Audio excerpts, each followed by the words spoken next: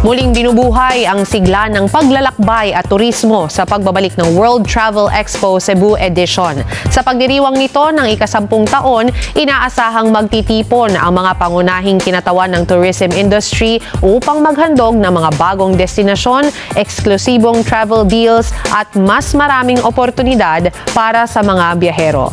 Narito ang ulat ni JL Rosales.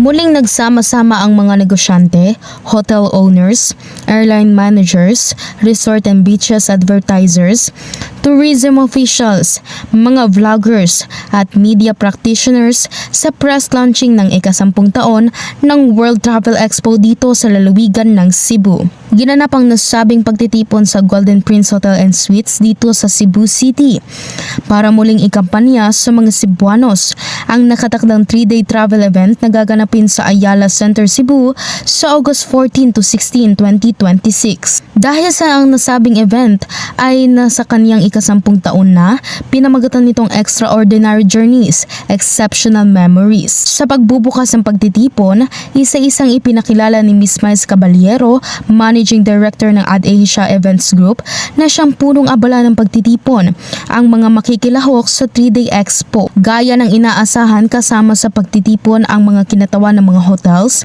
airline companies, resort and parks recreations, travel agencies, health and wellness relaxation centers, mga consultants ng iba't ibang kumpanya na nag-aalok ng mga discounts at mga pribilehiyo sa kanilang mga serbisyo. Sa pagbungad ng pananalita ni Ms. Miles Caballero, muling nilinaw niya na napili ang lalawigan ng Cebu para pagdausan ng ganitong mga pagtitipon dahil sa angkin nitong yaman kung ang pag-uusapan ay ukol sa kultura, turismo at pagiging hospitable ng mga Cebuanos. We are reminded of the reason why this gathering continues to be meaningful. At its heart, the World Travel Expo has always been about people.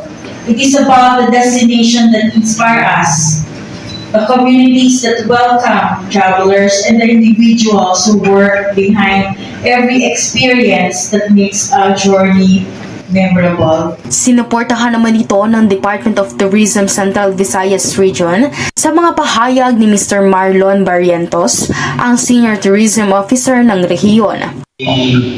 When we speak about extraordinary journeys, we often imagine beautiful destinations, exciting adventures, and unforgettable experiences. Sa ika-10 taon na patuloy na serbisyo ng World Travel Expo, ang Cebu Edition ay patuloy na mag-aalok ng plataporma para sa mga destinasyon at turismo upang himukin ang mga travelers, bumuo ng partnership mula sa iba't ibang kompanya at higit sa lahat, i-promote ang kakaibang karanasan na makakapag-ambag ng pagpapasigla ng turismo sa bansa.